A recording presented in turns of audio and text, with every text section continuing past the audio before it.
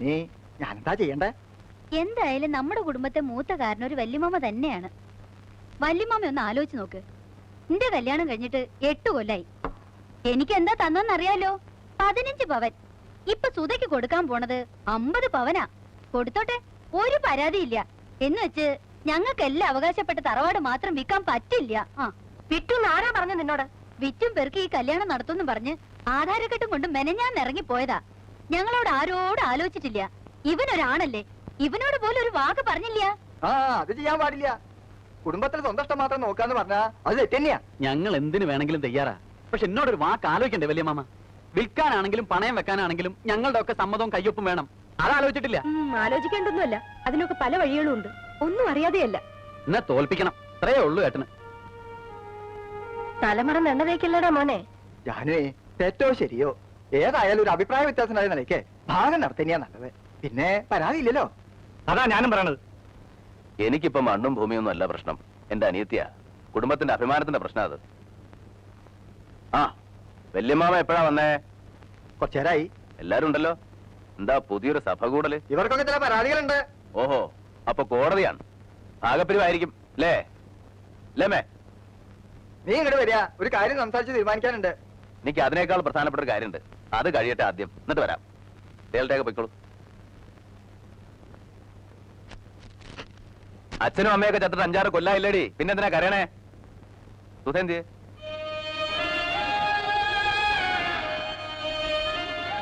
ഇവളുടെ മുഖം എന്താ വല്ലാണ്ടിരിക്കണേ? അവള് കരച്ചില് തന്നെയാ. കുടുംബത്ത് കലഹം ഉണ്ടാക്കിയിട്ട് ഈ കല്യാണം നടത്തണ്ടെന്നാ പറയണേ. ഒറ്റ വീക്കിയാൻ വെക്കും. കുടുംബത്തെ കാര്യമൊന്നും നീ നോക്കണ്ട. നീ നിന്റെ കുടുംബം ഉണ്ടാവുമ്പോ നോക്കിയാ മതി. വല്യേട്ടനെ എല്ലാരും ഒറ്റപ്പെടുത്തും. വല്യേട്ടനെ എല്ലാവർക്കും ഒറ്റപ്പെടുത്താം, പക്ഷെ വല്യേട്ടൻ ഒറ്റപ്പെടാൻ വയ്യല്ലോ. അതല്ലേ വല്യേട്ടന്റെ കുരുക്ക്. എല്ലാം ഉണ്ട്, പക്ഷെ 50 പവനില്ല. എന്ന് വെച്ച് കല്യാണം നടക്കാണ്ടിരിക്കാൻ പോണില്ല. നിനക്ക് അത്യാവശ്യമുള്ള പൊന്നുണ്ട്. ബാക്കി പൊന്നിന്റെ സമാധാനം ഏട്ടൻ ചെയ്തു. എന്താ പോരെ?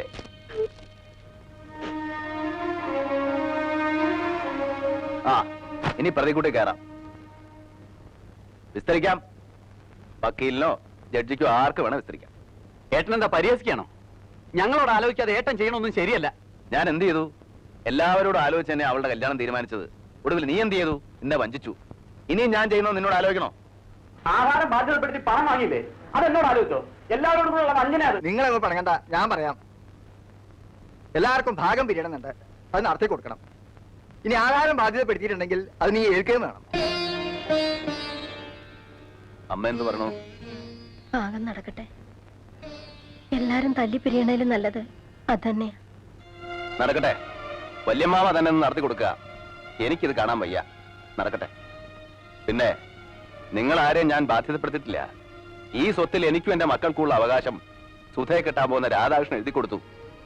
അല്ലാതെ നിങ്ങളാരെയും ഞാൻ വഞ്ചിച്ചിട്ടില്ല. അത് പറയുമ്പോ ഇവരെന്നോട് പറഞ്ഞ ചില കാര്യങ്ങൾ കൂടി പറയേണ്ടി വരും.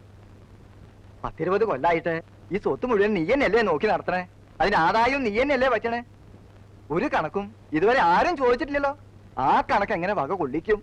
ഇവൻ സ്വന്തം കാര്യം നോക്കാനല്ലല്ലോ, കുടുംബം നോക്കിയില്ലേ? എല്ലാരും വളർത്തി ഒരു നിലയിൽ എത്തിച്ചില്ലേ? അതൊക്കെ പറയുമ്പോ പറയാന്നല്ലാതെ കൃത്യമായിട്ടൊരു കണക്കുമില്ലല്ലോ. ഇല്ലമ്മേ, ഇല്ല. എന്റെ ഒരു കണക്കില്ല.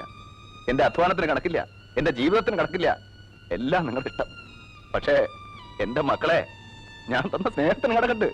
എന്റെ അല്ല, ഈശ്വരന്റെ കയ്യിൽ. ആ കണക്കറിയാൻ നിങ്ങളുടെ പഠിപ്പ് പോരാ. പോരാ.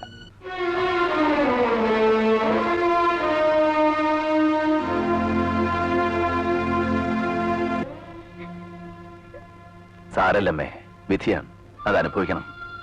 മാലതി, പുറപ്പെടാൻ ഒരുങ്ങിക്കോളൂ. എങ്ങോട്ടാന്നറിയില്ല, പോണം. ഇനി എന്റെ ആവശ്യമില്ലല്ലോ ഇവിടെ. ഞാൻ ആരുമല്ലോ ഇവിടെ. അമ്മയ്ക്ക് വരാം, പക്ഷേ ഇപ്പോഴല്ല, ഒരിക്കൽ. അപ്പൊ അമ്മയുടെ വേണം, അല്ലെങ്കിൽ ശോഭ ഒറ്റയ്ക്കാവില്ലേ? അമ്മ സമാധാനിക്കും, ഒക്കെ ശരിയാവും. വേഗം വേണം, ഇനി ഒട്ടും വൈകണ്ട.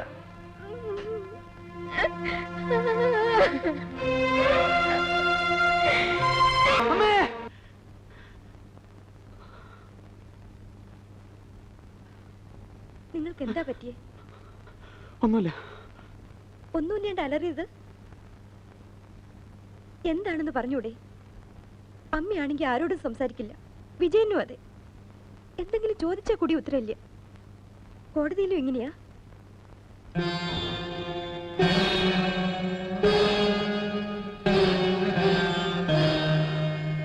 എനിക്ക് സ്വസ്ഥതയില്ല. എന്റെ ഉള്ളിൽ നീറാണ്. ഉറക്കം പോലും കിട്ടണില്ല. തെറ്റാണ് ചെയ്തത് മുഴുവൻ. വെറും തെറ്റല്ല, ക്രിമിനൽ മിസ്റ്റേക്ക്. എന്റെ മകളോട് എനിക്ക് സഹതാപമേ ഉള്ളൂ. തെറ്റ് നിന്റെ മാത്രമാണ്. ഒരു പെൺകുട്ടിയെ നിലയ്ക്ക് നിർത്താൻ കഴിയാത്ത നീ എങ്ങനെ ഒരു കോംപ്ലിക്കേറ്റഡ് ആയ കേസ് നടത്തും? നിനക്ക് വലിയൊരു ഭാവി ഞാൻ പ്രതീക്ഷിച്ചിരുന്നു. പക്ഷേ എനിക്കിപ്പോ സംശയം. ഒരു കുടുംബത്തിലെ നീതിയും ന്യായവും നടത്താൻ കഴിയാത്ത നീ എങ്ങനെ കോടതിയിൽ മറ്റുള്ളവർക്ക് വേണ്ടി നീതി നടത്തും? വിജയൻ തന്നെ എന്റെ മകൾക്ക് വാങ്ങിക്കൊടുക്കുകയായിരുന്നില്ല, അവളെ തനിക്ക് വിവാഹം കഴിച്ചു തരികയായിരുന്നു.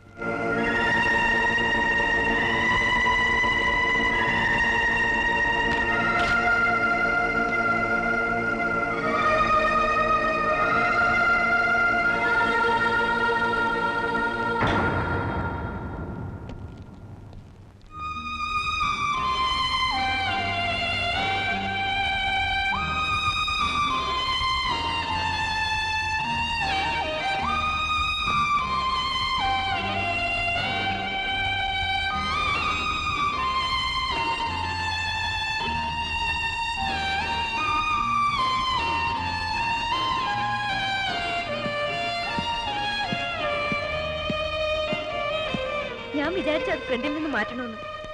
എന്തിനാ അത് ഇങ്ങോട്ട് കൊണ്ടുവന്നത്? ഒന്നും അല്ലെങ്കിൽ മച്ചിന്റെ മുകളിൽ കൊണ്ട് ഡംപ് ചെയ്, അല്ലെങ്കിൽ ആർക്കെങ്കിലും കൊടുക്ക്. ഇതെനിക്ക് വേണം. എങ്കിൽ ഈ വൃത്തികെട്ട ക്ലോത്ത് മാറ്റി ആകെ ഒന്ന് ക്ലീൻ ചെയ്ത് പോളിഷ് ചെയ്യും. വേണ്ട, ഇതിങ്ങനെ തന്നെ ഇരിക്കണം. ഓ, ഈ ഏട്ടന്റെ ഓർമ്മയ്ക്ക്. ഓർമ്മയ്ക്കല്ല, അതിനെനിക്ക് ഇതിന്റെ ആവശ്യമില്ല. ഒരു ധൈര്യത്തിന്. ഞാൻ ഒറ്റയ്ക്കല്ല എന്ന ധൈര്യത്തിന്. ഓ, സെന്റിമെന്റ്സ് പാരമ്പര്യമായിട്ടുണ്ടല്ലോ ഈ ചീപ്പ് സെന്റിമെന്റ്സ്.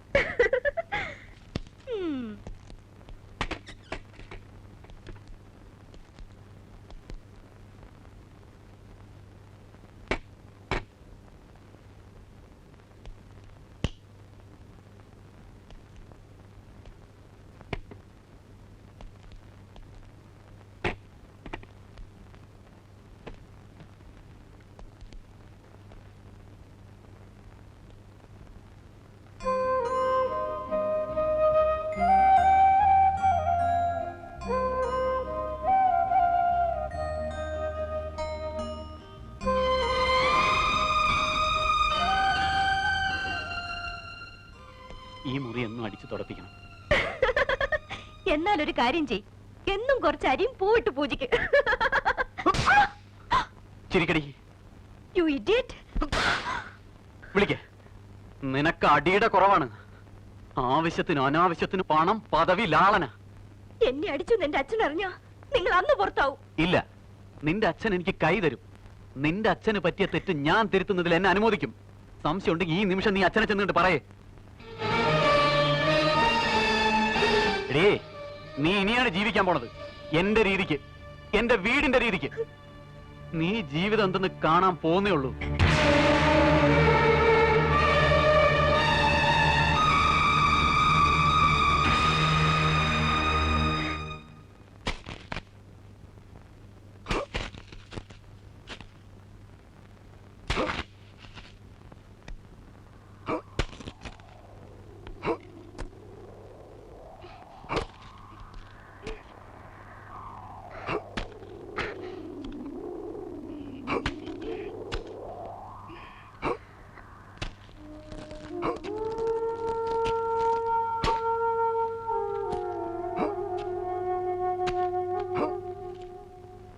വെള്ളം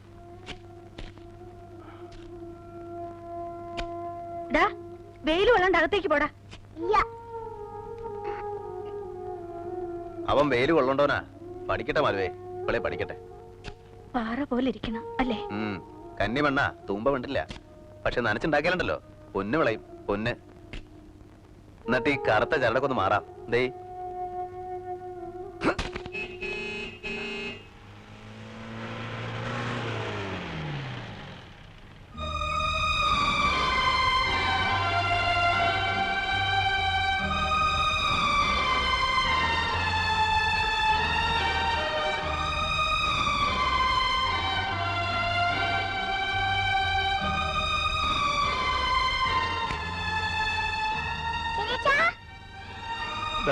കൊണ്ടുണ്ണി.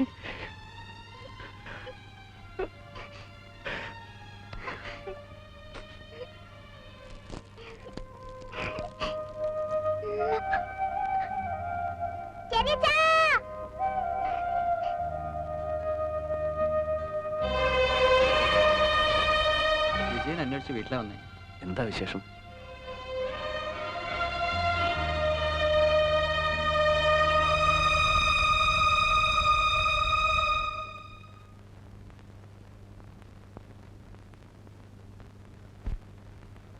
എന്നെ ശപിക്കരുത് ഏട്ടാ.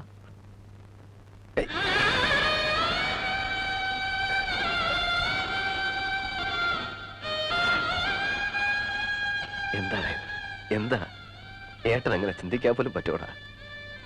ഒരുപാട് വേദനിപ്പിച്ചിട്ടുണ്ട്, ഒരുപാട്. ഒക്കെ മറന്ന് ഏട്ടനും എടുത്ത് എൻ്റെ കൂടെ വരണം.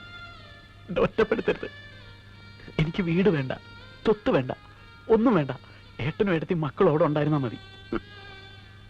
വേണ്ട മോനെ, ഇനി ഒരു മടക്കല്ല. പറ്റിപ്പിടിച്ച് നിന്നു, പറിച്ചെടുത്ത പോലെയാ പോന്നേ. ഇനി വേണ്ട. ഏട്ടനത് ഉപേക്ഷിച്ചു കഴിഞ്ഞു. പോതാ പുതിയ മണ്ണ് ഉണ്ടായിരുന്ന പൊന്നും പൊടിയെ കൊടുത്ത് വാങ്ങിയതാ. അതൊക്കെ ഇനി ഉണ്ടാവും. പണ്ട് ഇതുപോലൊരു ഭൂമിയായിരുന്നു നമ്മുടെ. നിനക്ക് ഓർമ്മ ഉണ്ടാവില്ല? കുത്തിക്കളിച്ചുണ്ടാക്കി. ഇവിടെ അതുപോലെയൊക്കെ ഉണ്ടാക്കണം. ഉണ്ടാവും. ഈശ്വരൻ ആരോഗ്യ ആയുസൊക്കെ തരികയാണെങ്കിൽ. അമ്മയോട് ഞാൻ ഏട്ടനെയും കൊണ്ടേ ചെല്ലൂ എന്ന് പറഞ്ഞിട്ടാ പോന്നു. അമ്മയോട് പറയാ, ഞങ്ങൾക്ക് ഇവിടെ സുഖമാണ്. നിങ്ങൾക്ക് എന്ത് ആവശ്യം ഉണ്ടായാലും ഏട്ടൻ വെളിപ്പുറത്തുണ്ടാവും. പോയിക്കോ, അമ്മ കാത്തിരുന്ന് വിഷമിക്കുണ്ടാവും. ഒരു ഗ്ലാസ് കാപ്പിയെങ്കിലും കുടിച്ചിട്ട്. വേണ്ട, പാലില്ലാത്ത കാപ്പി. കയറി ഒന്നും ഇരിക്കാൻ പോലും സ്ഥലമില്ല. ഒക്കെ ഉണ്ടാവും. അന്ന് വരണം, ഭാര്യയും മക്കളും ഒക്കെ ആയിട്ട്. മാസത്തിലൊരിക്കലെങ്കിലും ഏട്ടൻ വീട്ടിൽ വരണം. അങ്ങനെ കണക്കൊന്നും വയ്ക്കണ്ട. എപ്പോഴാ വേണ്ടെന്ന് വെച്ചാ ഏട്ടൻ അവിടെ ഉണ്ട്. ഇനി സന്തോഷമായിട്ട് ജീവിക്കുക. വലിയ വക്കീലാവണം. രാമൻകുട്ടി മേനെക്കാട്ടിയും പേരും പണം ഉണ്ടാക്കണം. ഇവിടെ ഈ തമിഴന്മാരോടൊക്കെ ഏട്ടനൊന്ന് വീമ്പിളക്കാലോ. സമാധാനായിട്ട് പോ. നീയൊന്നും ഒന്ന് പറഞ്ഞൂല്ലോ, അതിൽ സന്തോഷമുണ്ട്. എല്ലാം നല്ലതിനാടാ, എല്ലാം നല്ലതിനാ. പോയിക്കോ. എടുത്തി, ഞാൻ ഇടയ്ക്ക് വരാം. ആ, ശോഭയോടും പറയൂ.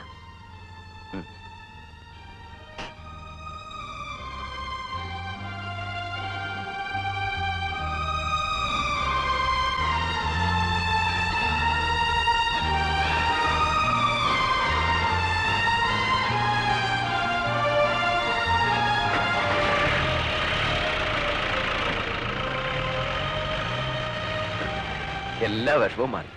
സന്തോഷായി എനിക്ക്. അവ വന്നൂലോ, എനിക്കത് മതി. പാവാവൻ ഒരു സാധു.